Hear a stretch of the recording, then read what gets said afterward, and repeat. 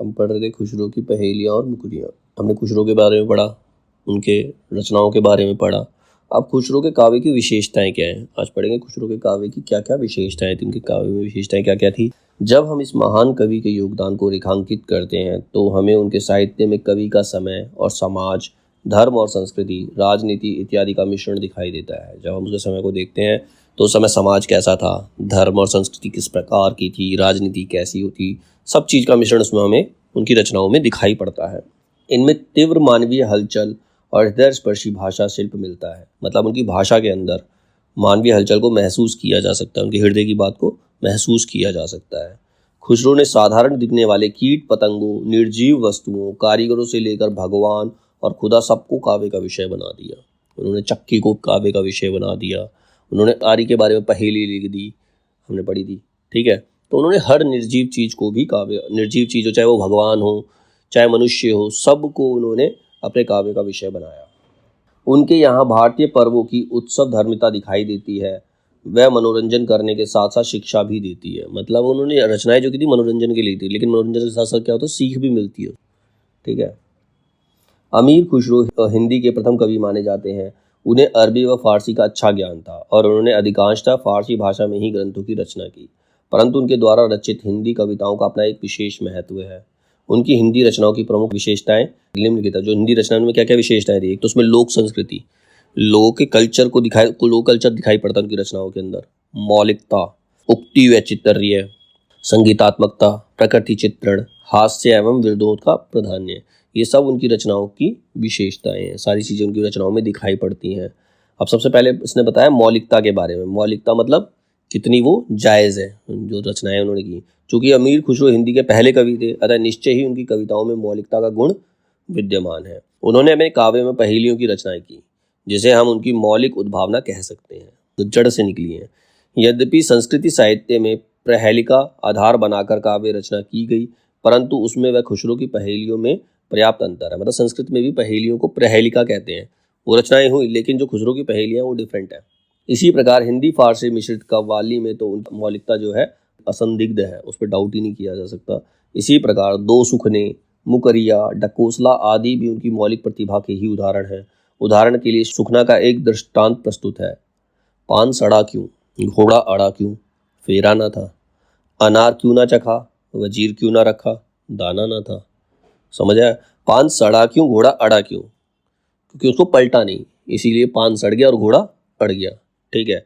अनार क्यों ना चखा, वजीर क्यों ना रखा, अनार क्यों नहीं खाया और तुमने वजीर क्यों नहीं रखा, क्योंकि दाना नहीं था।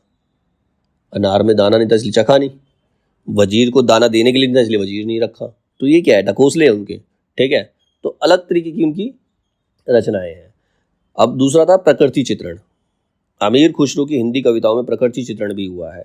कहीं कहीं पर वह पहेली के रूप में प्रकृति चित्रण करते हैं। उदाहरण के लिए निम्न पंक्तियों में मक्की के भुट्टे के संबंध में वह कहते हैं, मक्की का जो भुट्टा होता है उसके संबंध में क्या कहते हैं। एक तरवर का फल है तर, पहले नारी पीछे नर, वाह फल की यह देखो चाल, बाहर खाल भीतर बाल।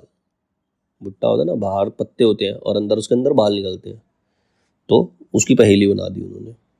इसी प्रकार कवि ने मोर, लाल बगुला, भंवरा, बिच्छू, बीर, बहूटी, बया का घोंसला, आम, जामुन, निम्बोरी आदि को भी आधार बनाकर अनेक पहेली आदि की रचना की। तो ये है प्रकृति चित्रण। फिर लोक संस्कृति।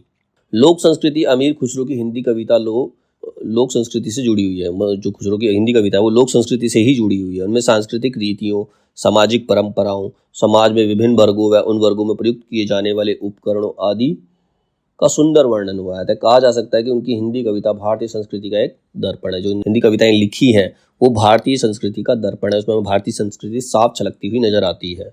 उदाहरण के लिए नाई के कर्म व स्वभाव का चित्रण करते हुए लिखते हैं। नाई का कर्म और स्वभाव कैसा है।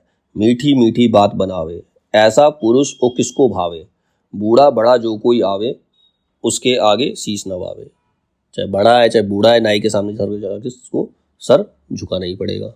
तो ये नाई के बारे में उन्होंने उसके काम के बारे में लिख दिया। अब अगला है उक्ति व चित्रिय। उक्ति व चित्रिय किस प्रकार है। अमीर खुसरो की हिंदी कविता उक्ति व चित्रिय से भरपूर है। कवि ने साधारण से साधारण वस्तु के संबंध में अत्यंत रोचक भाषा का प्रयोग किया है।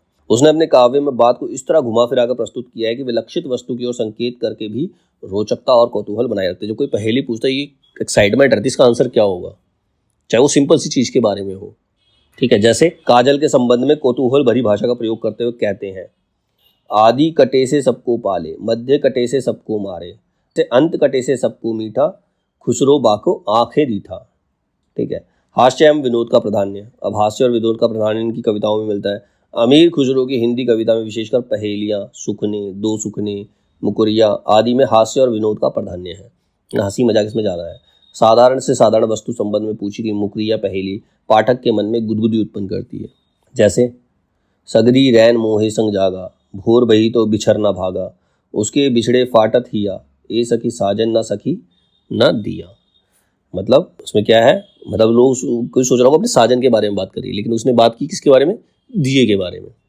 रात को तो सारी रात साथ रहा और सुबह उठते ही दिया बुझा दिया। फिर है संगीतात्मकता। अमीर खुसरो के हिंदी काव्य का कुछ अंश संगीतात्मकता से युक्त है। उनके द्वारा लिखे गए गीत, कव्वाली आदि में संगीत धारा का निरंतर प्रभाव बना हुआ है। इसके अतिरिक्त उन्होंने धमाल, वसंत राग आदि में सूफी फकीरों का स्मरण किया है। जैसे उन्होंने लिखा, एक सरबंता सवा मेरीला मोरीला सब बना, खेलत धमाल ख्वाजा मोइनुद्दीन और ख्वाजा कुतुबुद्दीन। तो एक गीत के रूप में उन्होंने लिखा है। अमीर खुसरो की प्रमुख पहेली और मुकुरियों की व्याख्याएं। तो ये थी उसके काव्य की विशेषताएं। अब आगे हैं उनकी कुछ पहेलियों और मुकुरियों की व्याख्या।